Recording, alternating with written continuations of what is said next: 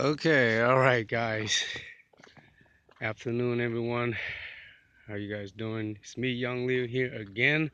Finding out something weird um, about my '98 Eclipse that I've been parking here after the breakdowns, and I've been trying and diagnose like almost everything so far. Um, I'm just diagnosing anything that's easy in hand that I can do, like sensor using my multimeter to check batteries and starter. So far, I've done that already. I think I've done it right, correctly. Remember, guys, you have to do it correctly. Like if you're checking a battery or a starter, or continuing on a harness, see if your harness have any shortest and all that. Um, I've kind of done like almost everything. Not yet, maybe halfway. You could say that because it's been so cold lately. So I only have like in the afternoon to really work on it. Um, I really don't feel comfortable working on my car when it's cold. Weather is so cold.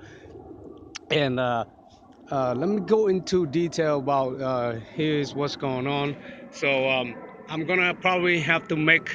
I have not make a videos about the whole pinpoint, like what I've checked and all that. I'll probably do that like within a few days or so, because last few days for the last week now, I'm trying to diagnose and pinpoint out what's going on with the engine here. Trying to diagnose and find out the problem is. And today, um, I find out something really weird. After I checked, pretty much I checked the starter and the battery is good. I got a new battery, like I say, but my battery is drained because I've been doing some checking. So I used my multimeter to check my battery. It was 12.8 when I got it new. 12.8 something. Now it's down to 12.66. So it pretty much went down, but it's still good for me to check on things on harness wire and all that around my engine, my cars, under the hood. I've checked the starter in many ways. I checked the harness, the solenoid harness, and all. I did check the battery wire, the battery harness, and all that. It could be that problem. Now it could be many problem. Um, Before I've done checking and right after that. And I really haven't checked the distributor yet. I did check some sensor around. I have not finished checking all the sensor, but I pretty much check like relays, like especially down here in this box. I check those relays, um, all of it. I think I check all the fuse and relay in the fuse box under the hood. I have not checked the ECM. This is the computer of the. It's like an ECU, so it's called ECM, electrical module, electrical computer module. Yeah. So that's the brain of the computer engine, and well, this model does the ECM is not inside of the car. Okay, the ECM on most Eclipse like the GST Turbo, it'll be like inside there.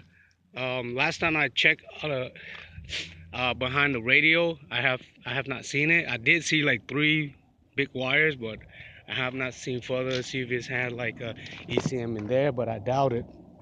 After I research and all that, so pretty much this is the ECM for the '98 Eclipse GS 2.0 liter non-turbo. Okay, so back to what I really want to show you guys. What's weird about it today that I find out after I've done like pretty much a lot of those tests, checking and all that. I have not raised the car up to check underneath the car yet, like tapping the fuel filter or the fuel pump. I have not get down there. I have not checked the alternator either.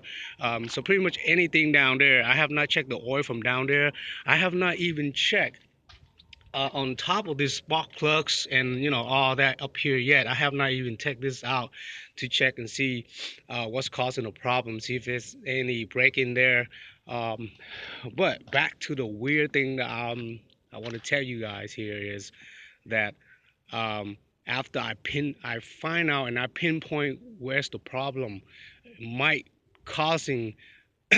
So it could be air or fuse or oil, right? Those three, those, you know, those things right there: air, fuse, oil, or electrical. Okay, like, my ignition or distributor. It could be any of those. Could be I have an air leaks.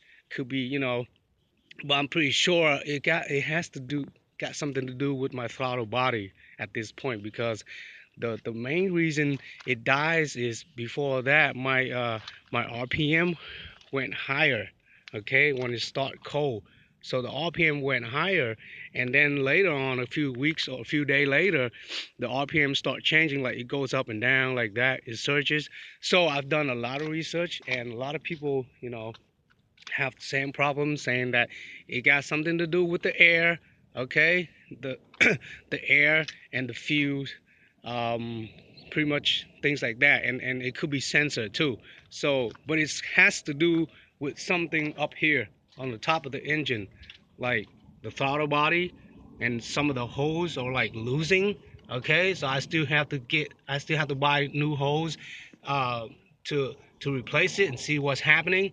And my throttle body could be damaging, dirty inside there. And because of the smoke came up here, I thought it was the starter, and it could be the starter, because I have not checked the starter out and check it physically. I just checked the harness wire, and I mean it's clicking, but I have not, take it out and check, see what's breaking in there, or anything like that. So at that point, it could be the clutch, or the transmission, or my starter, or down the block something breaking. And on top here, the valve, that's clicking, that's ticking, the valve adjuster.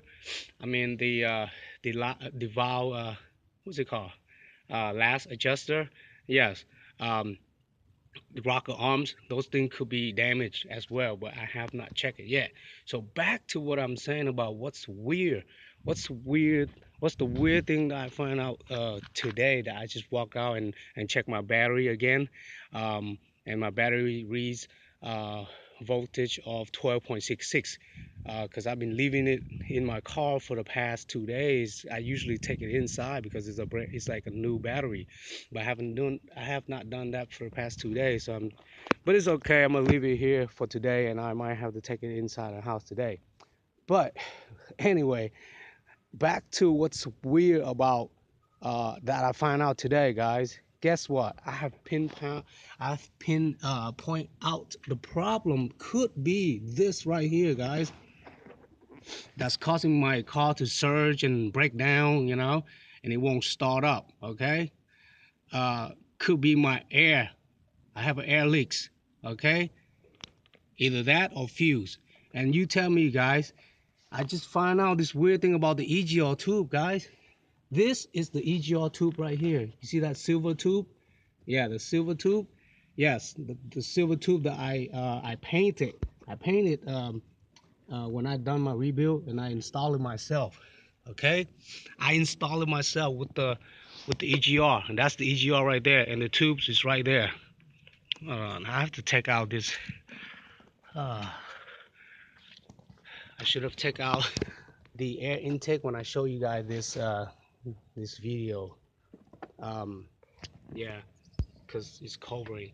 Okay, this is the EGR right here. Okay, you see that? That's the EGR below this green tube. And oh my God, I don't think you guys can see it. It's that silver tube that runs from the EGR to the throttle body. Okay, it comes up here to the throttle body, behind the throttle body, just right there. Okay, you see that bolt right there? Yes, and it's supposed to be a bracket. Okay, I mean it's supposed to be, no, not a bracket, but it's supposed to be a gasket. Okay, that's the gasket right there. You see that gasket right there? Yes, if you look closely, and you see the gasket is off. You see that? The gasket on this side is off. It's way off. I don't know how it got way off like that, because I remember I installed it really, really well. I'll install it like right on. I don't know why now, like on this side over here, the gasket is like halfway out, and I can feel like the bottom is halfway out, but the top is good. Okay, the top part right here, it looks good, but the bottoms, it's all the way out. I mean, I don't know what else to say to you guys, but I don't think you guys can see it well, but you see that on this side, the gasket is like halfway out, and the bottom goes out. And I can feel the bottom, the gasket hose on the bottom. I can feel it. It's outside. And the bolts on the bottom, there's another bolt. There's this bolt on the top, and there's a bolt on the bottom for to hold this tube. And I feel it. The bolt down there, it's still there, but the gasket somehow, the half of the gasket is like, it's like sticking out. Half of the gasket, and I can feel the gasket hole on the bottom is out. And I personally installed it myself, okay? And I know I did it right. I don't know how it fall out like that. It could have been like um, I missed turning the sockets, and somehow the gasket, like, it falls out a little bit, and it just fall right out of the hole when I tore it down. So that's why right now it's hanging out. It's like moving out every day. It's moving out. So now the bottom gasket is like halfway out already. And I'm thinking that's what's causing the air leaks or the fuel leak from the EGR. Whatever this tube right here is providing, is it providing air or fuels? Okay, I believe it provides fuel and air. Okay, mostly it's air. Anyway, so I think that's what's causing the leak for my throttle body. It's not working right, and that's why I got surge and my RPM goes up and down, and then finally it got to the point where it breaks down because air and gas was leak wasn't the gasket wasn't correctly installed, and that is my fault, guys. Like, I, I I'm the one who did that. I'm the one who installed the EGR system in after my engine rebuilt it. I'm the one who did it. So now I just find out my EGR system is not correctly work at this point because of that. The EGR, see that? That's the EGR, and I installed the EGR incorrectly. See that gasket? This gasket right here of the EGR is correctly installed. Nothing wrong with this gasket right here and the EGR system on the front. But I think that's the problem right there. The back tube of my EGR gasket is falling out. And like on this side over here, you can see there's a gap. There's a big gap because the gasket there's no more gasket on this side, guys. So you can tell by looking at it, the gasket is not here anymore on this side. That's why you see that gap right there. See that? On this side, the gasket is not, it's not staying on this side because the gasket already moved on the other side. That is so ridiculous, guys. That is really, really weird. Like, I'm making this video. I'm not trying to complain or anything, but it is my fault. I think that's my fault, and I'm gonna fix it. And I hope that's the main problem because that will be an easy fix. All I gotta do is just taking out my air intake, okay, and then I can move some harness wire right here, and now I'm able to do that work and take off the battery. Take the battery out, and I'm able to do that because if I take out this intake, then the tube is starting from right there. See that? See that bolt right there? That's where the tube is starting. You see that? With the gasket. There's a gasket right there too. On the EGR, in between the EGR and the tube, okay? The EGR is right there, and the tube is starting from there to all the way back to the throttle body. So that's how it is, guys. See that? So that gasket right there is good. I think so. And also this EGR gasket is good.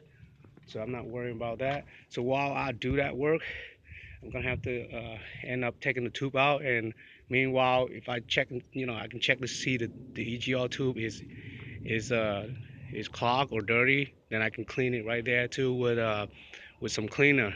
And that's basically what I'm gonna do next. Instead of raising my car up and check everything underneath it, that's the number one thing I should do next, guys. And I hope that solved the problem.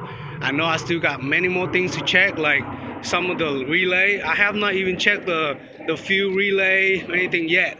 I still have checked. I still have not checked a lot of things, guys. So, but today it's kind of. I mean, I feel lucky because I find out that's might be the problem. Okay, and let's hope, God, that's the problem. Let's hope that because that will ease my pain. Like for the past few weeks, like if that's the problem, oh my God, that would be so. I'm in luck if that's the problem, because that's an easy fix. And that's it, guys.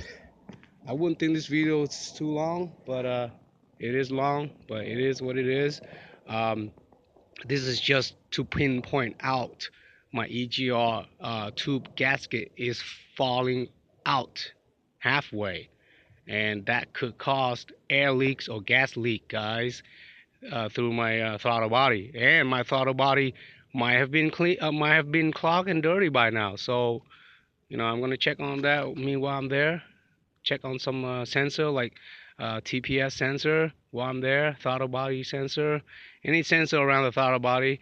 I'll probably gonna have to check it, like the harness wire, and see if it still has continuing to the sensor, and checking the sensor. And I might have to clean the sensor, especially two or three sensor back here. There's two or three sensor back here in the throttle body, and there's another sensor right there. I have to take it out and probably clean it. Um, if that's the case, that I'm gonna have to end up doing. Uh, and then I'm gonna check my vacuum leaks. I need some tool to check that. So I probably have to go to AutoZone to rent some tools to check for air leaks and gas leak. Because I don't have the tool yet. I was gonna buy it because the tool is not much, guys. The tool is like $20 or so. Um, I'm gonna rent a few pressure test tool too. I already know how to do that. It's right there. See that valve? Yeah, you just need a tool to do that. So I need a tool to do that. And guys, you want to do anything, just YouTube and Google. That's how I do it. I mean, I gain more experience and knowledge by YouTube and Google. So for the past few weeks, I've been reading, researching like a lot of things. So I found out it could be anything. I mean, I read it all, like about fuel, air, sensor, testing, electronic, harness wire, and all that. I mean, there's a lot of things I have to do.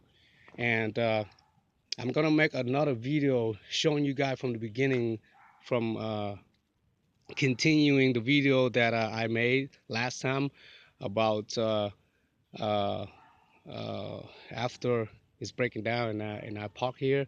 So that's gonna be like a video part something 3 or 4 or something, I forgot. But this is a different video, okay, guys. This is the videos to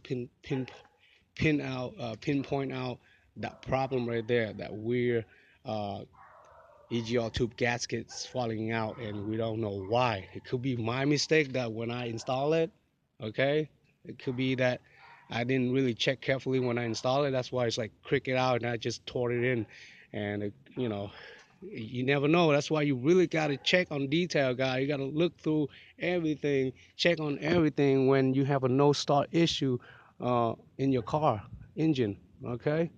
All right, guys. So I see you in the next video. Continue checking out my videos. If you have not checked out my videos, go ahead and do it.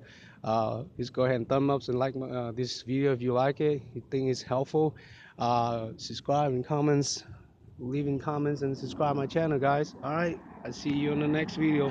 Bye now. Take care. Be safe under the hood.